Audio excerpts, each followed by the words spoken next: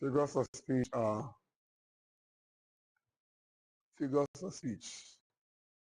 terms used to identify words that are used out of their original meaning. They are terms used to identify words that are used out of their original meaning. Figures of speech are terms used to identify words that are used out of their original meaning. That's figures of speech. They are the terms used to identify words that are used out of their original meaning. If you check the way we use words involving figures of speech, we twist them to make them fine. Then we have any question again? Yeah.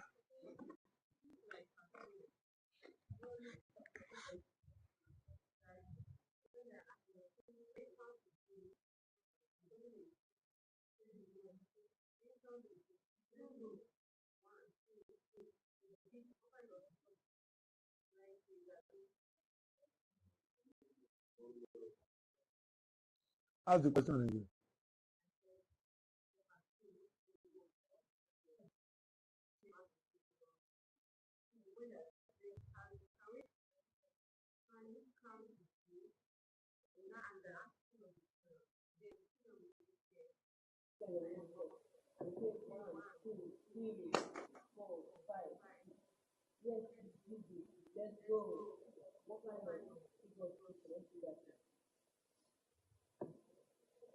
The person asking is in the screen and is asking those that are outside, audience outside.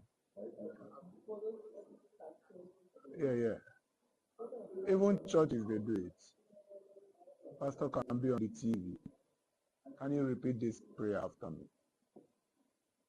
Can you say this with me? Say, Lord Jesus.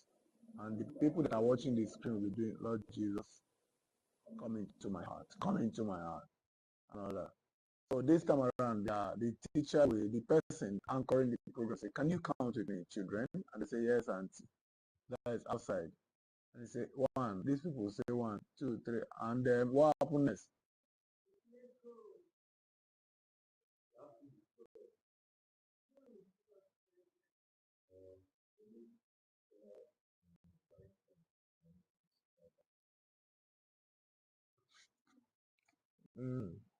What kind of figure of speech is it when the person is outside?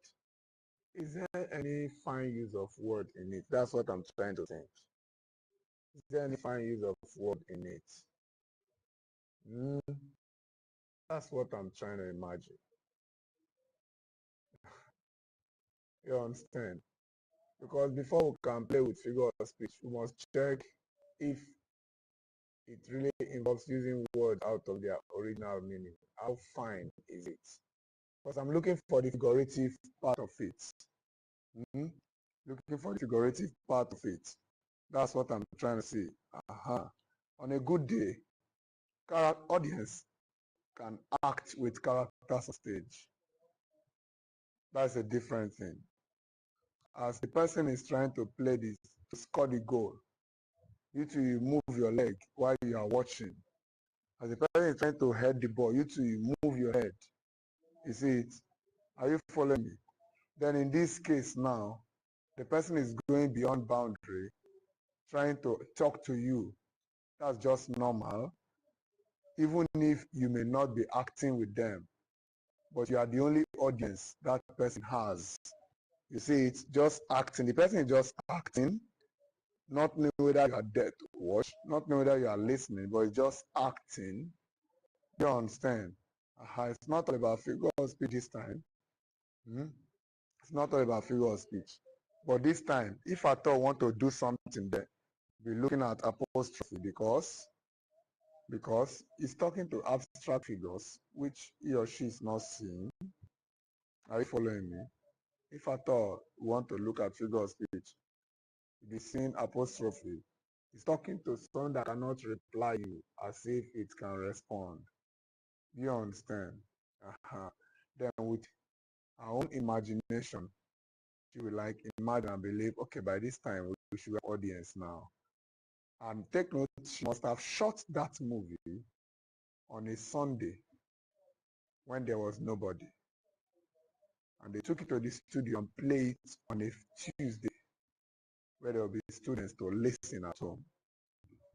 So she too, she knew that she was just playing when she was saying, "Can you count with me?" Because I shot it on a Sunday, nobody there, so she just acted. I don't know if you understand. She was just acting, addressing what is not present, addressing abstract figures. So that one now, if at all, is more of apostrophe. Are you following apostrophe? When you talk to something you cannot see, as if you can see it. One, when you talk to something that cannot hear you, as if it can hear you. That is apostrophe to a large extent. All right. Do you have any question again?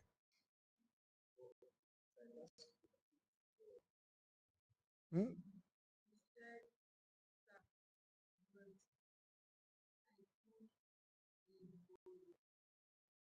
Hmm? Monologue is when, basically, when you are seeing those you are talking to. Are you following me? Monologue basically is on the stage. It's on the stage. When you are seeing those you are talking to, you stand and you are seeing them. That is typical monologue. Is that clear? Then, if we call it monologue again, that means you are trying to imagine the audience. It has gone beyond ordinary monologue this time. You understand? You look at them.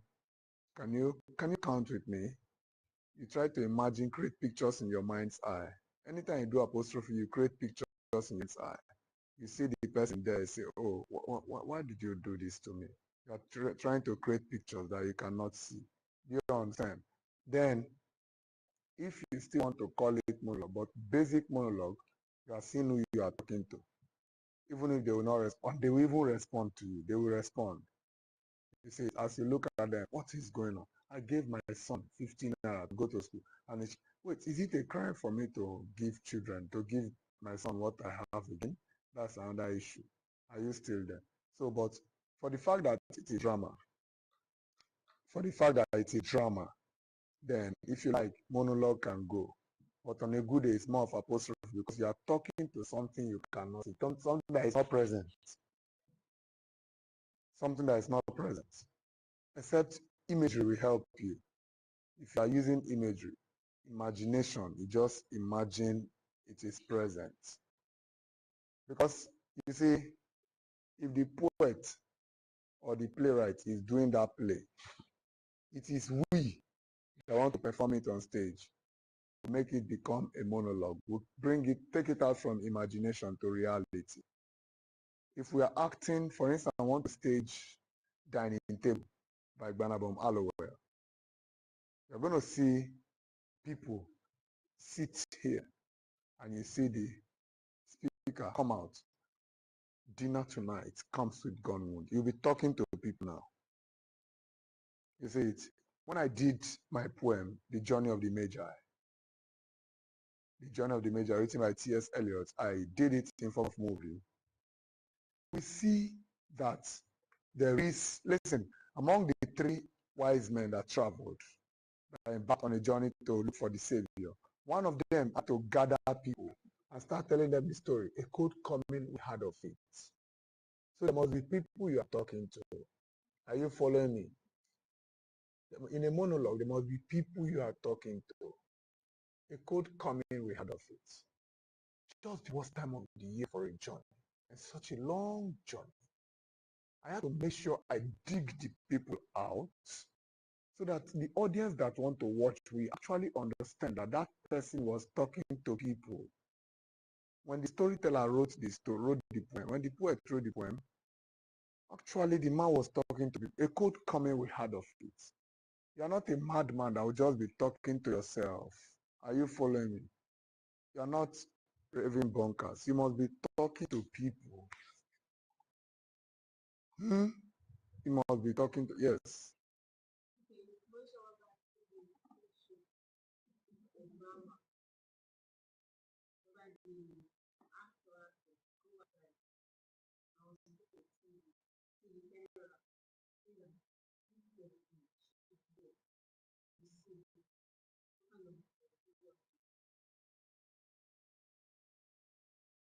Most time is soliloquy. Most time is thinking aloud.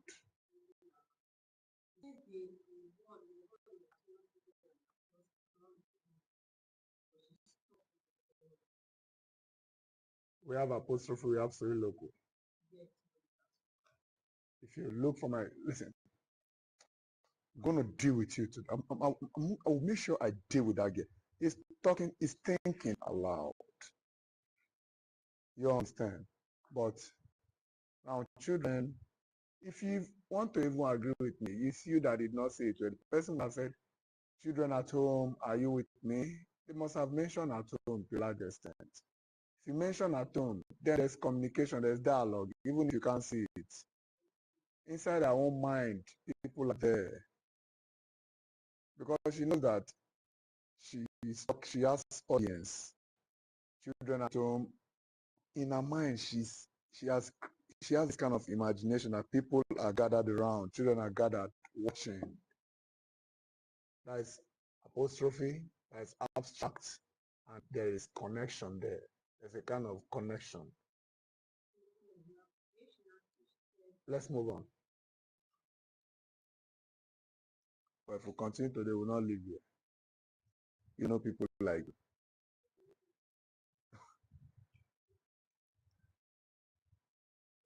it's made a whole lot of sense because I understand why.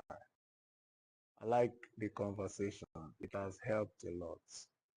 You may not understand. Do you understand? Good.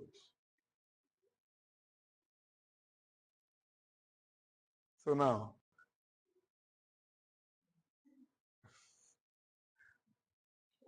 we start here. All right. Diction. And it helped her too. You know it helped her.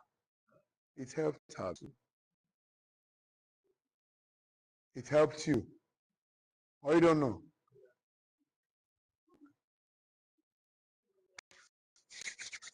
Because I would look, I said, wow, who's doing that? What's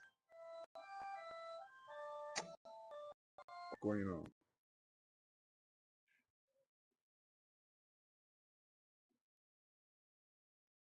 You guys should be more professional. Come on. It's all right.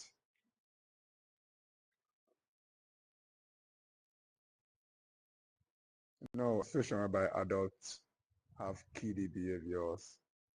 That's not working. That's life. Big little brain. All right. Diction. That's how some of you go to churches. You don't silence your phone. Go to churches. Be walking up and down as if you're usher. You are the only one that will be taking all the calls and yet don't have money. Pastor will be preaching, be running from here to there, picking all the calls, but you don't have money. Yet you don't have money. Yet you are very poor. You don't have money. But anytime they're in the church, their phones keep ringing. You don't have courtesy. You don't fear God. Yet you don't have money. You claim to be a businessman. I cannot switch off my phone because somebody will call me. Yet you don't have money.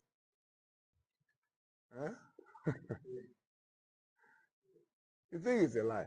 All those people run up and down in church, they are the ones that will take all the yoke, they will be disturbing you. You will sit down to enjoy yourself, enjoy the word of God. They will get from it. They want to pass here, pass where you are staying. They want to go and take the call. Yet they are not rich. They are still suffering.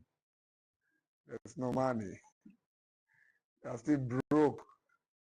But people like us, the moment I get church, I put my phone on flight mode or I switch it off. At times I leave it at home. Do you understand? Then even if I take it to church, maybe I want to use the phone to search the scriptures and all that, but I will silence my phone. It's an error for me to be in church and my phone ring. No. It cannot happen. Paul, I don't know if you are not ashamed. You be in church and your phone will be ringing. Does it not make you feel ashamed? And you still be proud of yourself. Yet you are poor. May God have mercy upon you. May God have mercy upon you. The Bible says, our God is not an author of confusion. You see that? Yet you don't have money. You are just making noise.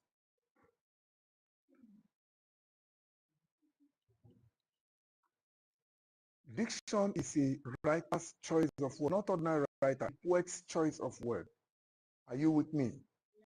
Diction is a poet's choice of words. Diction is a poet's choice of words.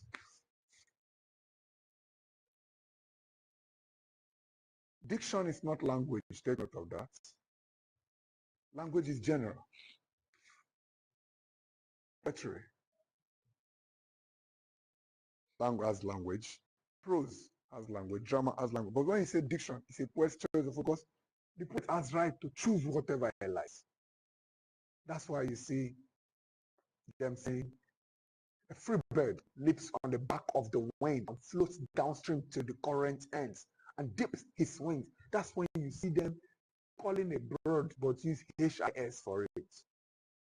The free bird leaps on the back of the wind and floats downstream till the current ends and dips his wings in the orange sun rays and dares to claim the sky. But a bird that stalks down his narrow cage can seldom see through his HIS, his bars of rage. His wings are clipped and his feet are tied. So he opens, you know, how can that be he? So he opens his throat to sing. The cage bird sings with a fearful trail of things unknown, but long for still. His tune is heard on the distant hill, for the cage bird sings of freedom. Now, the bird thinks of another breeze, trading soft to the sighing trees. Far from fitting on a dumb lawn, and he names his sky his own. Look at it, that is diction, choice of word. You have the right to turn your animal to human being. Are you still there? Look at the Oshungaris leader on the left. The lion says his claim for the leadership of the pack. Choice of words.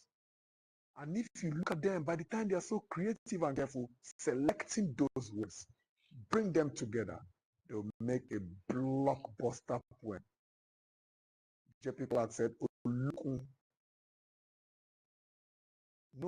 greater love does a man have for a woman than the one I have for you. I am jealous and passionate, like Jehovah God of the Jews.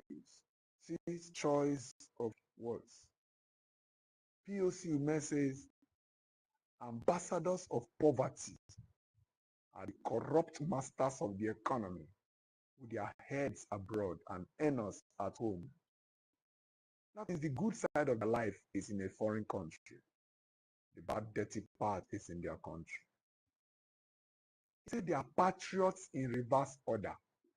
He did not say they are not patriots. See choice of word. Instead of me to say, ambassadors of poverty are those that are not patriotic. He said, no, they are patriots in reverse order. You get that? That means they are fake, they are not patriotic.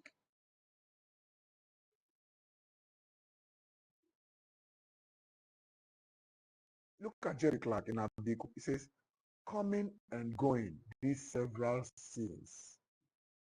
Coming and going, that means they give birth to you, die. They give birth to you, die. Coming and going, these several.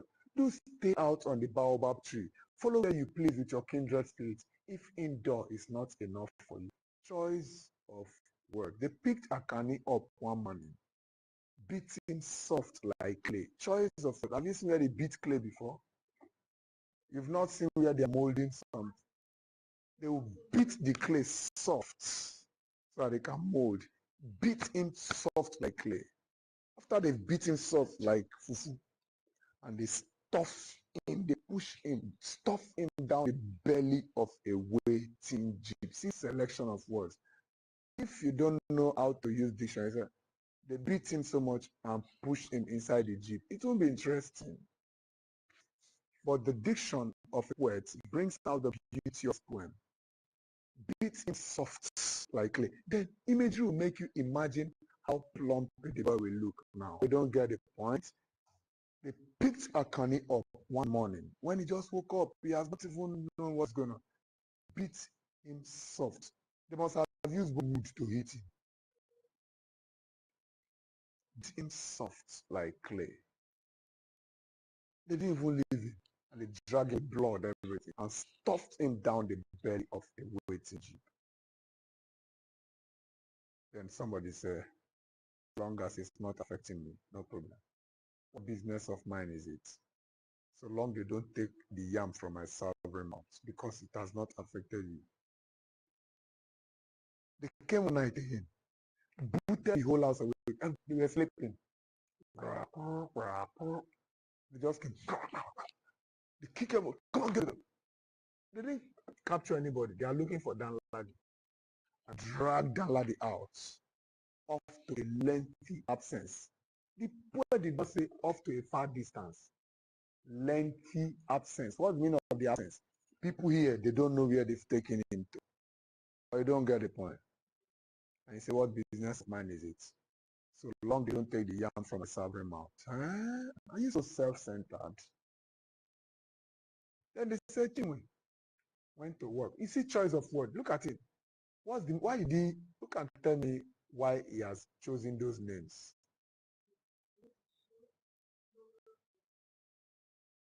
Okay. He's trying to prove that Yoruba, Hausa, and Igbo, he should be our brother's keeper. Akani is Yoruba. Danladi is Hausa. Chinwe is Igbo. See choice of words. The one that is eating the yam is anybody. Who?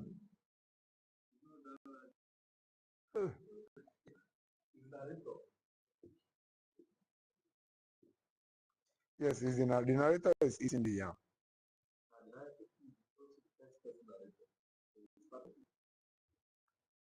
These guys are beginning to be strong in literature.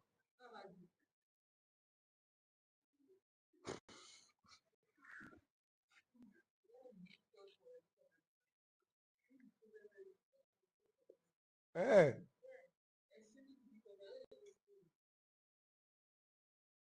Extremely difficult one.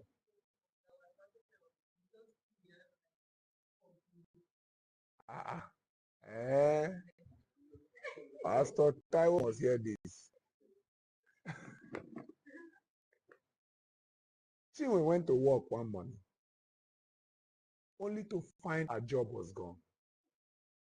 No query, no warning, no probe.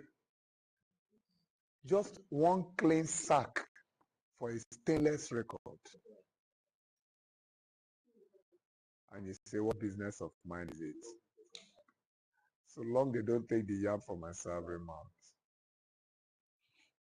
And then one evening, as I sat down to eat my yam, a knock on the door froze my hungry hand. The jeep was waiting on my bewildered lawn. Waiting in its usual silence.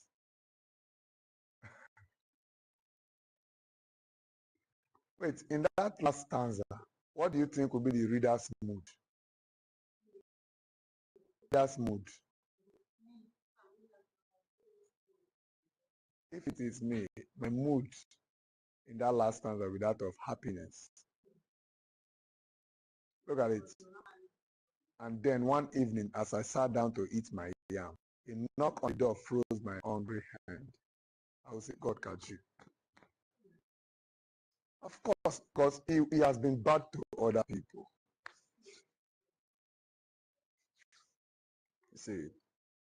So, choice of words is necessary. Diction, your diction is a very important factor to consider in your poetry.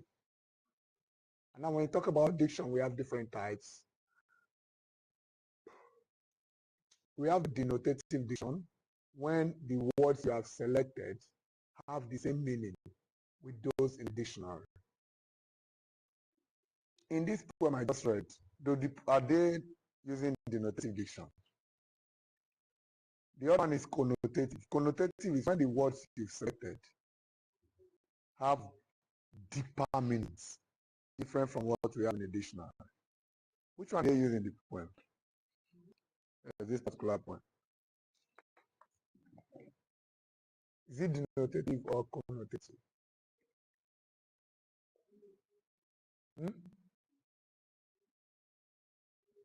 Denotative. A lie. They picked Akani or that Akani does not mean Akani. Akani is a symbol of any human being. Not that it means Akon. So long you don't take the yam from Sabrima, it's not yam, it does not mean yam. So long the yam there means himself. So long it's not affecting me.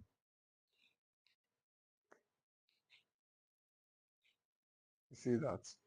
So that's choice of words. Choice of words.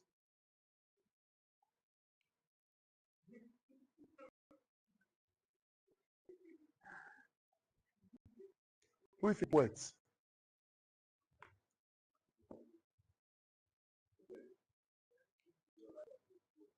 Someone that writes poems.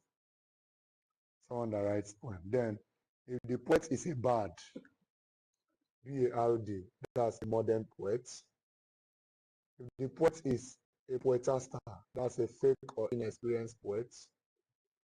If the poet is a contemporary poet, that's a modern poet, that's bad. You see, if the poet is a lake poet, that's a poet that likes writing about the beauty of nature. You see it? So, huh?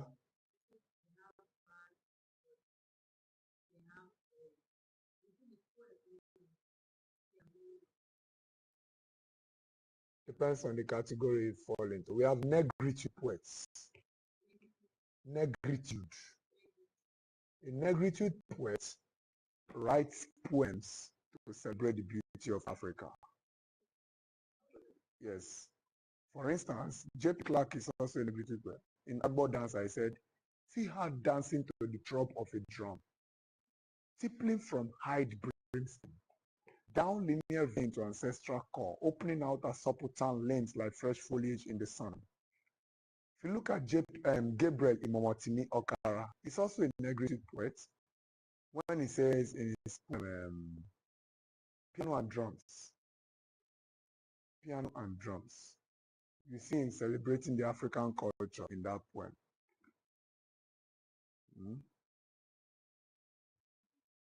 Then, talking about poets, the negritude poets, they celebrate the beauty of African culture. You see it. The romantic poets or lake poets. Lake are also called romantic poets. These ones, they celebrate the beauty of nature in their poem. You see it. Bard is a modern poet. A poet of the modern usage. People like Neil Yoshidare is a bard. You see it. So, hack poet, or you call him poetaster. The hack poet is a fake or inexperienced poet. A fake or inexperienced poet. That's a hack poet. Oh boy.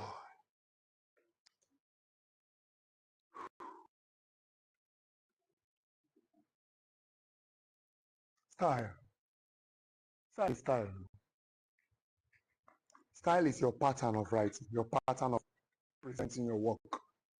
How do you do your own? That's a style.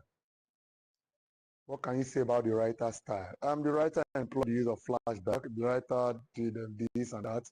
So your style is the pattern with which your work is taken.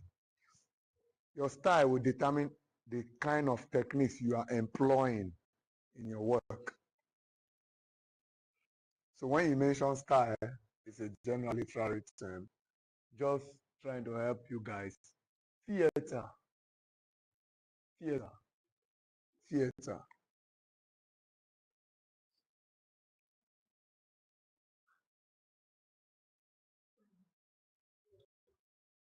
Yeah, what's theater? The place where they do operation. What's theater? Ah.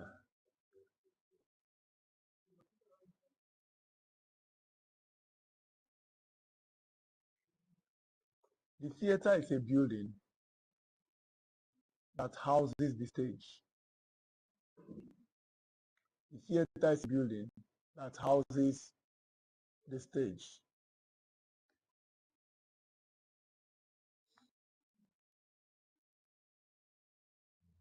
The theater is a building that houses the stage.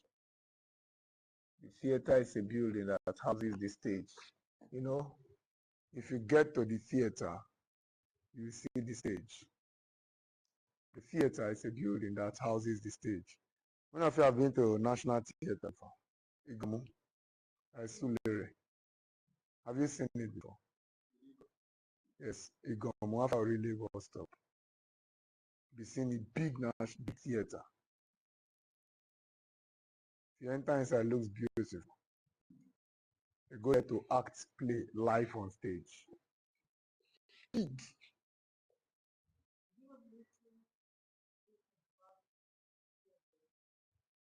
Ah, that's what I'm telling you. Gigantic. If you enter it, you see that beautiful galleries. Not one, not two. Different sections of that theater. Everything there is beautiful. You understand? If you get there, you see beautiful sceneries. You see lighting. That is, if you, as you're acting here, camera, the light, there's somebody operating the lights up there. You won't see the person. We call them gaffers. The gaffer has a way of positioning their lights. Maybe the man says, I was.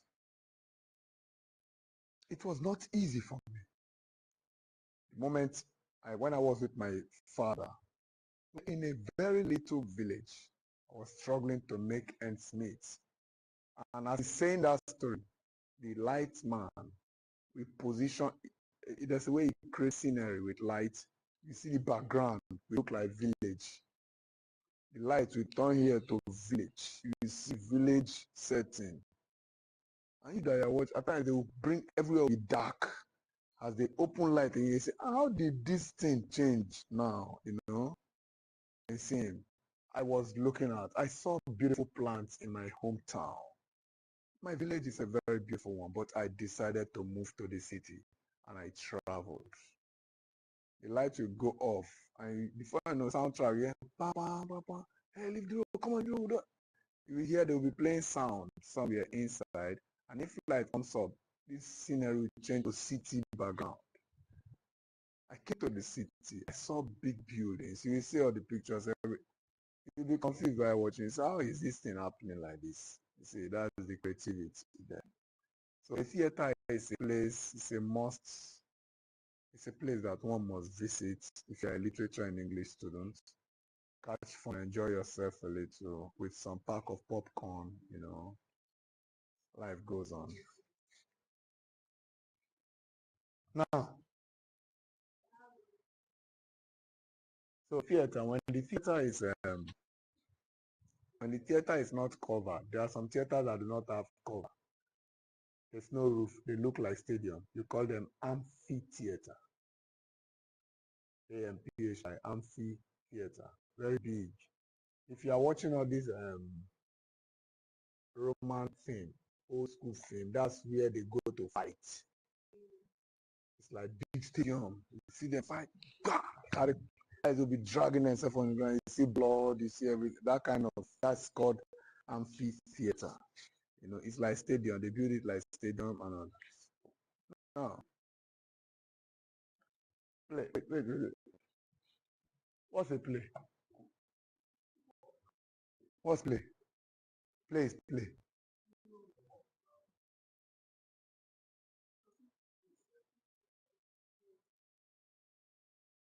Play is another word for drama. Play is another word for drama. It is a genre of literature is presented in lines, in acts and scenes. It's a genre of literature presented in acts and scenes.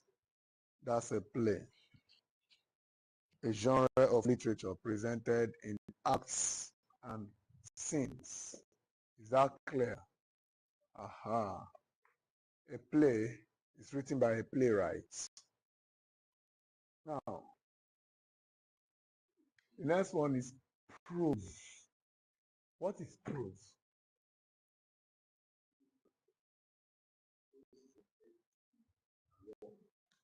Yes, I told you about him. I told you.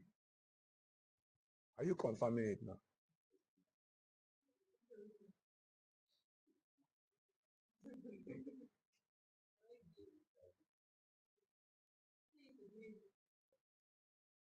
Ooh.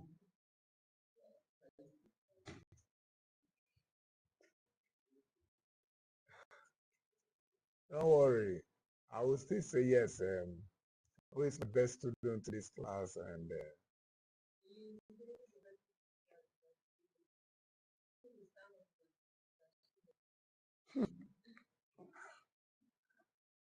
so somebody do stand up from the seat.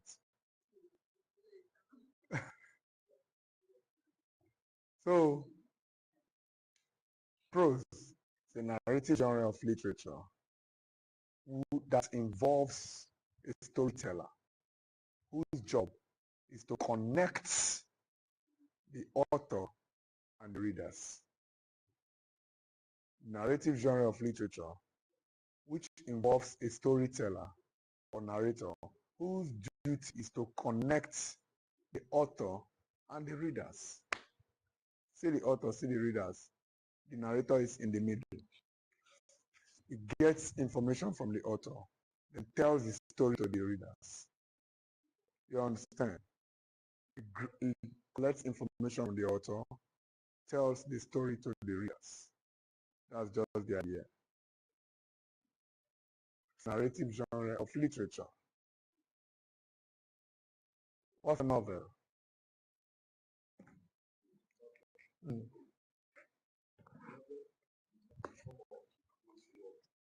Okay. Mm. Philip.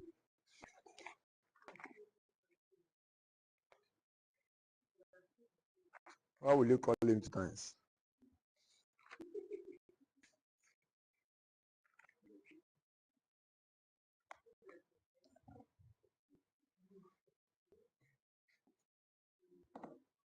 One day I'll give you some serious notes on novel.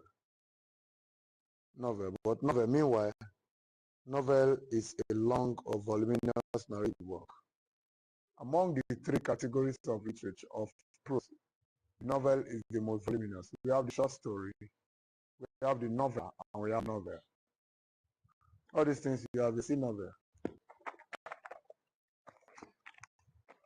See novel here, thick book.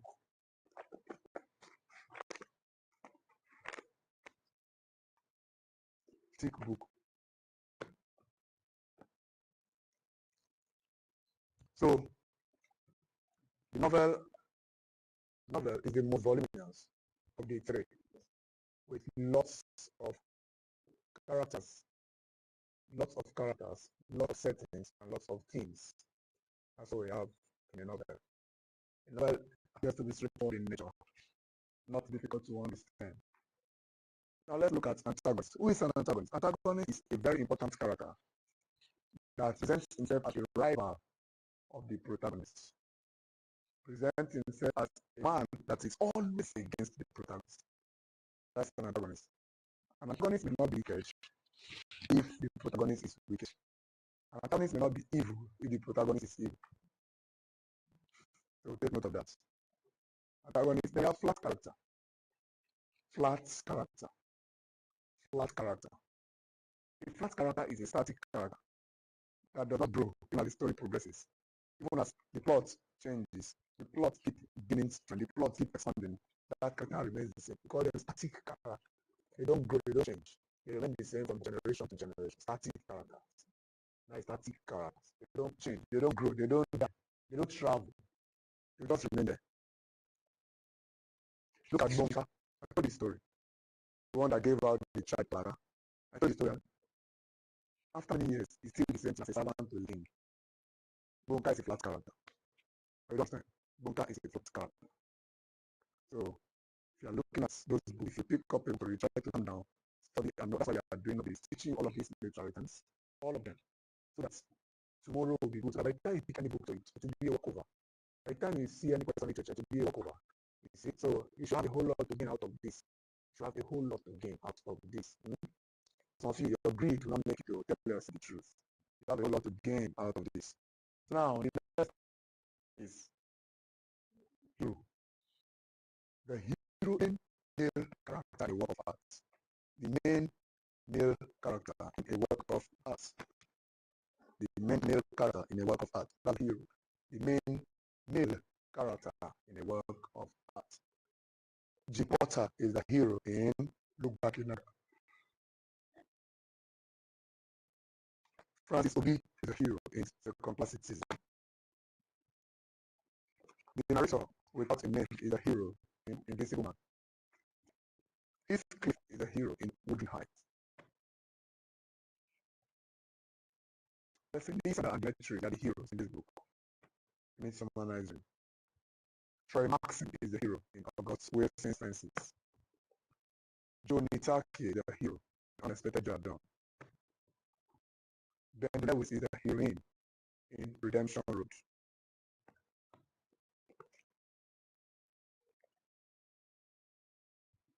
So that's a hero, the main male character in the story. Then we have narration. Narration is the process of narrator telling the story.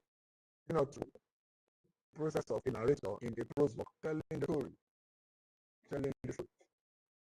So narration is a narrative technique. You understand? Because that is when the storyteller in a work of art tells the story to the readers. We move over to consonance. Consonance. Consonance is a figure of speech. It is used when the same consonant sound is repeated in the middle of words or at the end of words in a line of poetry or a statement. In the middle of words or the end of words in a statement. It's traveling now. The middle of words or at the end of words in a statement. That is called consonance. I've given you some examples for talking about Beatles, little. If you look at it, the TLE, the TTLE, TTL, inside the word, inside in between the words, that is what we call consonants. We have onomatopoeia. Onomatopoeia is a figure of sound used when the sound and the name of something suggests its meaning. That's onomatopoeia. The sound and the name of something suggests its meaning. That is onomatopoeia. When the sound and the name of something suggests its meaning. That is onomatopoeia. The sound and the name suggests its meaning. We've talked about boom, talked about zoom, splashing of water, spat. The firewood, as you know, there are some wood, you will just creak, the creaking of the door, the word sound, it suggests the hissing or the snail, the splashing of water. Look at the word splashing. And when you hear this sound, it will sound like splash. Oh boy, Jesus. We have punctuation. Punctuation is the repetition of the same consonant sound at the beginning of words in a statement. Repetition of the same consonant sound at the beginning of words in a statement. Repetition of the same consonant sound at the beginning of words in a statement. Repetition of the same consonant sounds at the beginning of words in a statement. Philip's father fried 5 fresh fishes for Philip's friends from France. Can you hear that? Look at the sound. For PH, they are looking for a sound. The same consonant sound. Philip's father fried 5 fresh fishes for Philip's friends from France. Chinoye cheated Chika. Chinoye cheated Chika. Chinwe and Chioma. You see life. Why? Don't be Nigerian, chica. So you've seen it now. Hmm? Seen it. So now, we have light OTs.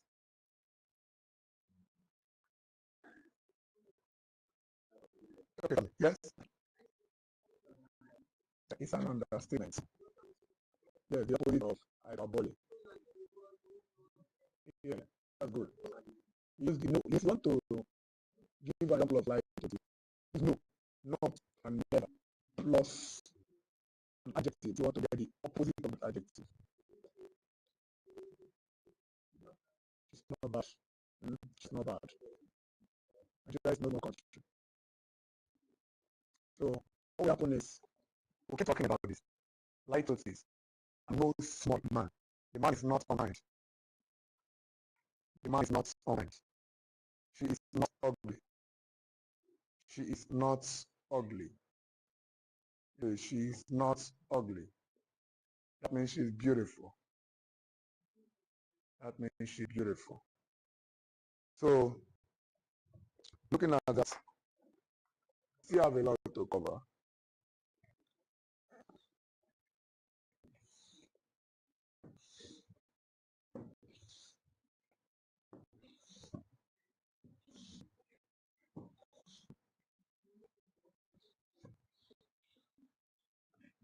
So, use litosis. Litosis is a figure of speech used when no, not, or never is added to an adjective to get the opposite of the adjective. It's a form of understatement which serves as the opposite of hyperbole. While you say my country is very big, hyperbole, Litotis will say I am from a no small country. Is that clear?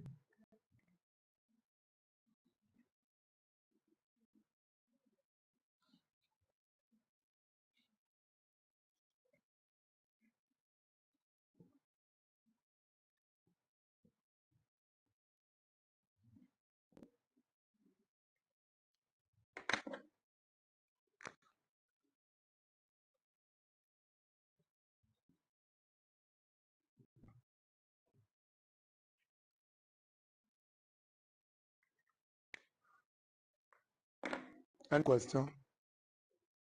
You must ask question.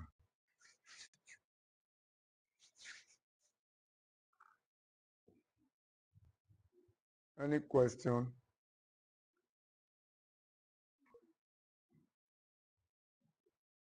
Okay, I'll meet you some other time. We still have a lot to cover.